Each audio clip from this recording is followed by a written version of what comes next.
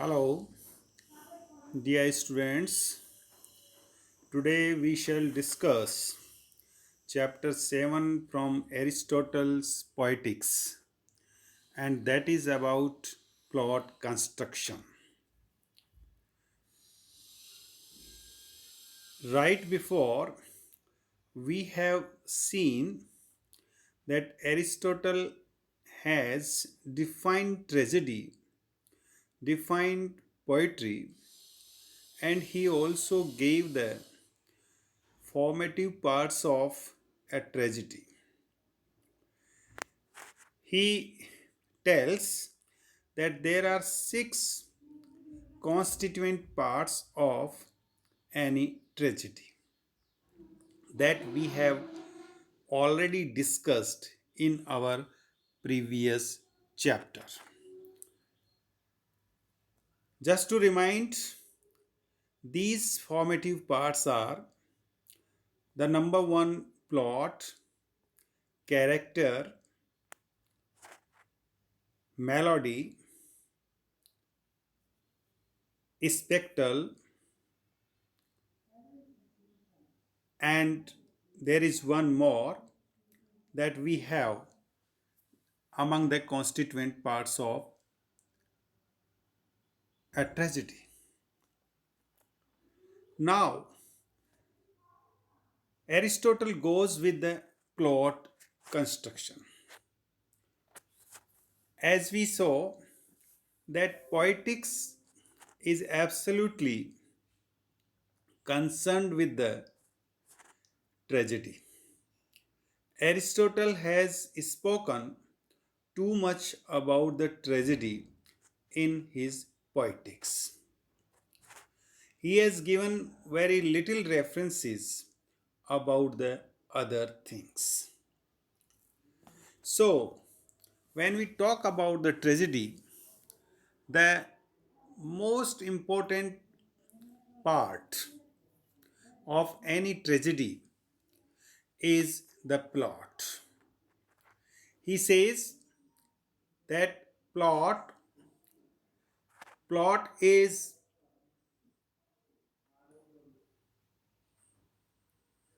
plot is the foremost part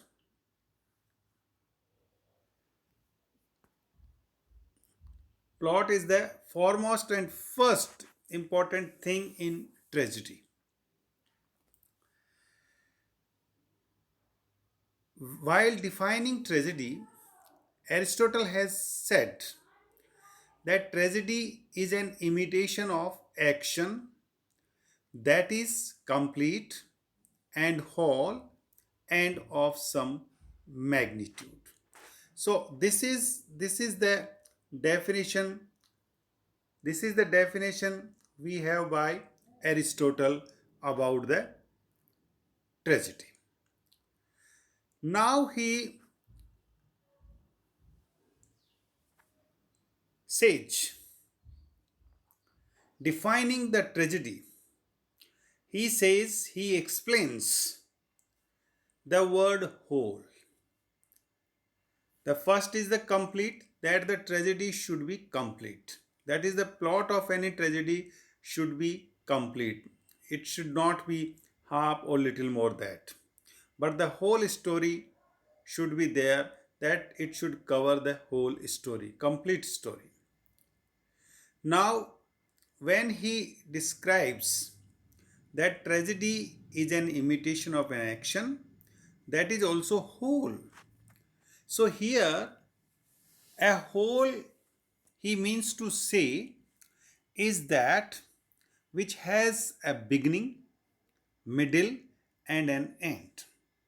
It means a plot or a tragedy should have a beginning, should have middle, and should have an end. By beginning, Aristotle means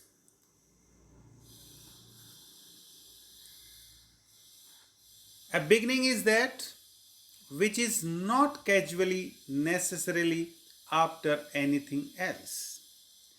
So we also understand that there should be nothing or there is nothing before the beginning of any story. And what else beginning has? That beginning has naturally something after it. It means something happens after the beginning of any tragedy, any story, any plot. And by end, he means to say that an end is that which follows naturally after something else. Means before the end, there is something. And what are they? They are the beginning, they are the middle of the plot or the story. So an end is that which follows naturally after something itself. And then the middle, what is middle? Middle, that is between beginning and the end. Middle naturally follows something, follows after something naturally, and it has also something after it. So there is beginning before the middle, and there is an end after the middle. So this is how Aristotle has defined a tragedy. And tragedy is that complete, whole, and magnitude. Now, after having given the definition on constituent parts of tragedy, he proceeds to examine in detail the construction of an ideal plot. So, when a tragedy is constructed, the plot is constructed, ideal plot is constructed. Aristotle defines or gives certain things of an ideal plot of a tragedy, because the plot is the first and foremost part of any tragedy. Character comes next, catharsis comes next, spectacle comes next, melody comes next, music comes next. So the plot is the soul of any tragedy. So when he defines of tragedy, he said that it has a beginning. So the plot has a beginning. Now he explains the beginning in detail. He says that beginning or the exposition is casually connected with what follows, but it has nothing antecedent to it. Means that beginning of any plot or any tragedy is followed by something that will come next, but there is nothing antecedent before it. Means there is nothing before the beginning. So a beginning starts, we can say, abruptly.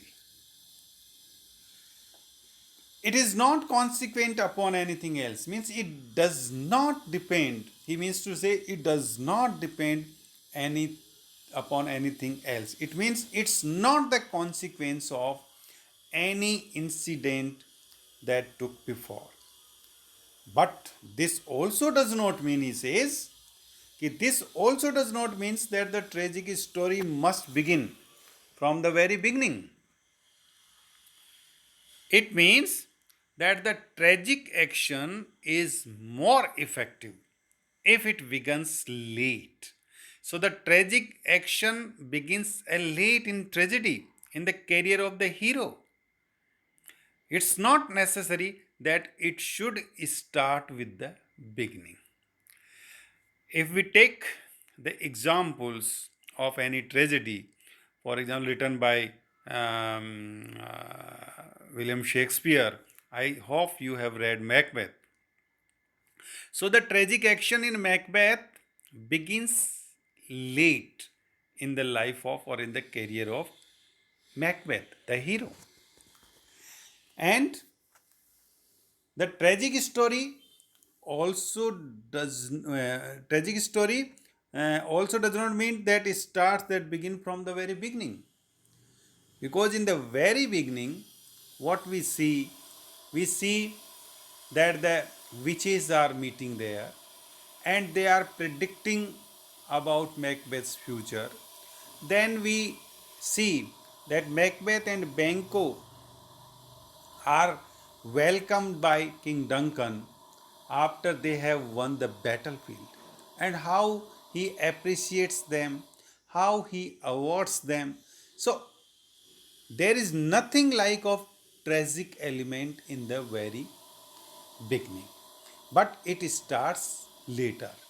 So the earlier portion of Macbeth tragedy, although it is the part of beginning, but the real beginning starts when Macbeth is awarded the Thane of Cawdor.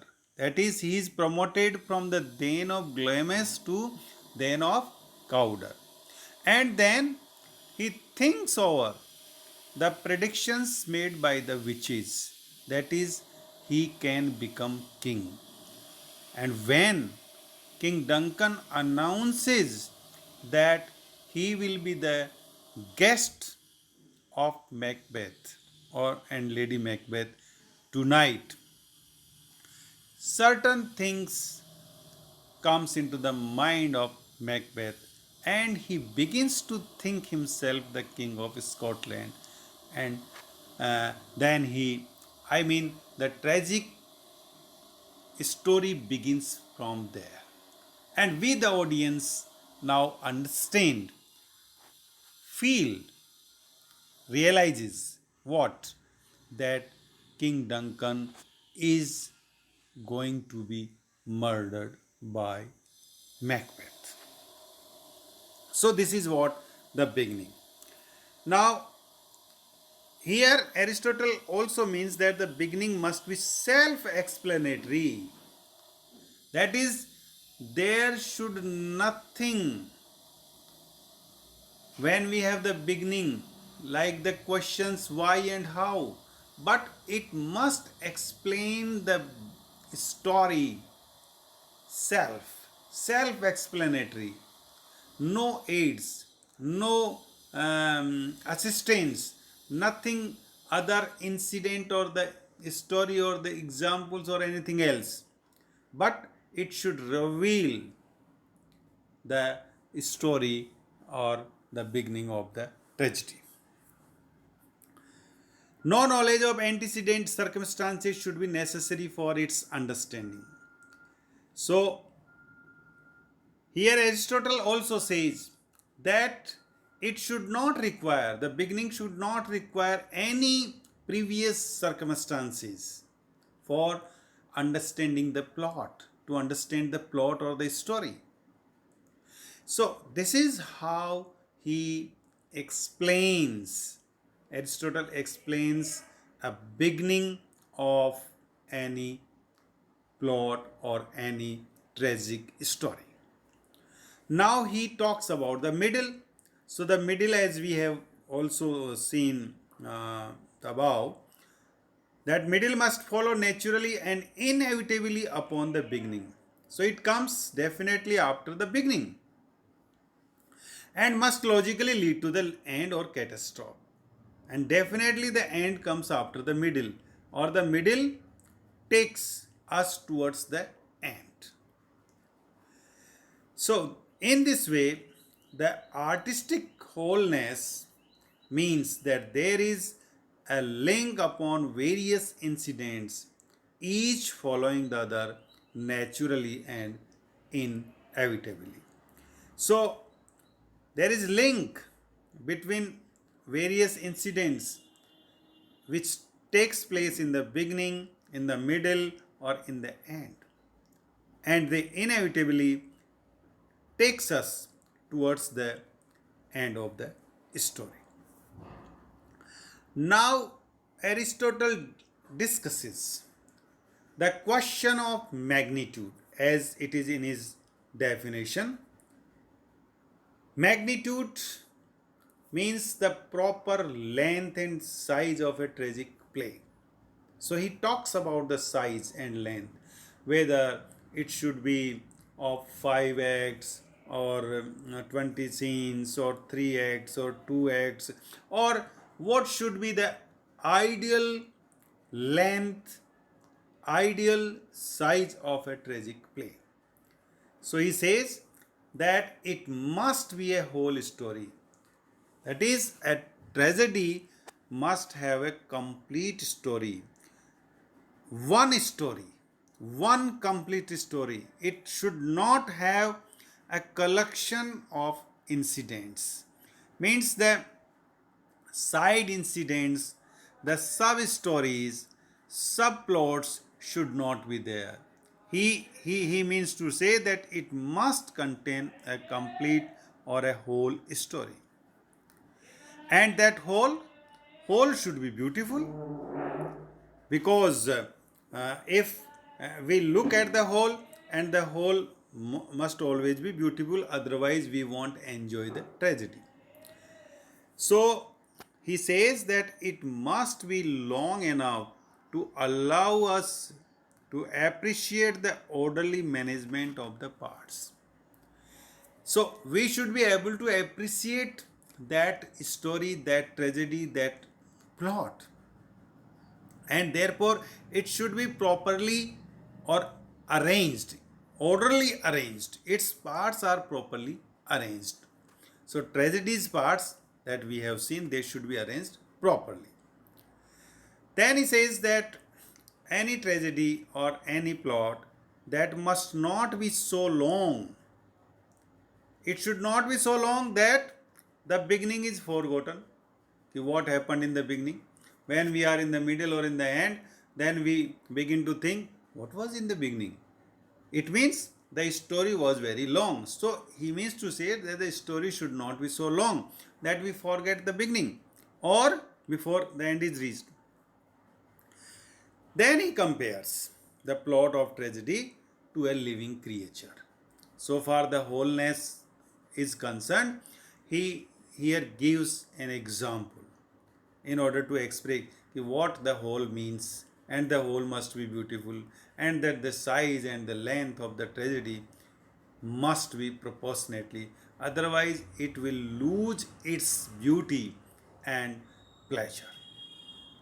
So he says, he compares the plot of tragedy to a living creature, living thing, an animal. For example, he says an animal that the proportion of parts to the whole cannot be distinguished except under a microscope.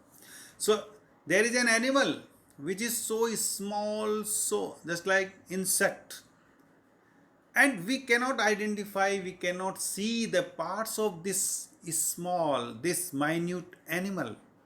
So the whole cannot be distinguished. So if the whole is not distinguished, how can the parts can be distinguished? Except under a microscope. That is, we have to take the help of microscope. Otherwise, we will fail.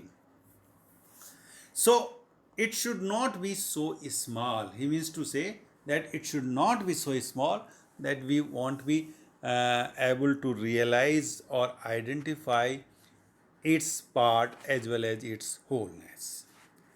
Then he says that an animal which is 1,000 miles long cannot be beautiful, because we can get no impression of it. So there is an animal which is so huge, but we audience cannot get any impression of that. That is useless. We cannot admire. We cannot admire it as a whole. So Aristotle means to say that beauty is not in the minuteness, as well as beauty is also not in a big size. But beauty consists in a proper relation between the whole and its parts. So there must be the proper relationship between the wholeness and its part, so that the whole can be admired, appreciated, as well as the parts of it can also be identified and admired. So in any case, he says a play should be well proportioned and must be long enough to allow room for the sequence of events. So it must be proportionately. The size of any play should be proportionate. That is, it must be long enough. इतना तो लंबा होना ही चाहिए, वो इतनी लंबी story होनी चाहिए that it can allow the rooms for the sequence of events, that the sequence of the events can be properly arranged in that size, by which the hero falls from happiness into misfortune. So, the size or the length of a play should be such that the hero's happiness as well as his misfortune can be proportionately or orderly arranged in that plot or the tragedy. So, this comparison of the plot to a living creation by Aristotle is very much significant, and we have to understand it because he conceives of tragedy in organic terms and speaks of its organic wholeness. That is, he stresses upon the wholeness, not only on its parts. So he talks about the organic unity. Aristotle's artistic beauty requires that the relation of the parts to the whole must be symmetrical and proportionate as in a living organism. So, when we see a man, we admire it. But when we only see a nose or a hand or any part of that body singly, I think we won't admire it. We will admire the full figure, full size, and the of a proportion of every parts of the body in the wholeness. So the wholeness is admired and appreciated. But any part of this wholeness is separated, he means to say that we will not admire that. We also admire its parts just like hands, but when hands are connected to the body, whole body, only then. If it is separated from the body, I think nobody will admire it.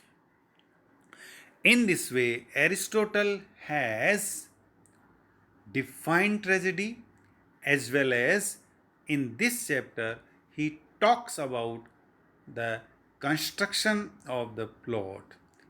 And I think it should be clear, you must keep in remember that when he talks about the plot construction, you have to remember two or three things. That is, a plot should be complete, that is, it should have wholeness, and that is that it should have uh, one thing more, that is magnitude, size. So the three important words are there in this chapter. You have to keep in your mind and should be able to explain them. That is the complete, wholeness, and magnitude. So for now, this is the plot construction that we have discussed. Next time we will meet with the new chapter, but the chapter will be with the tragedy. Thank you very much.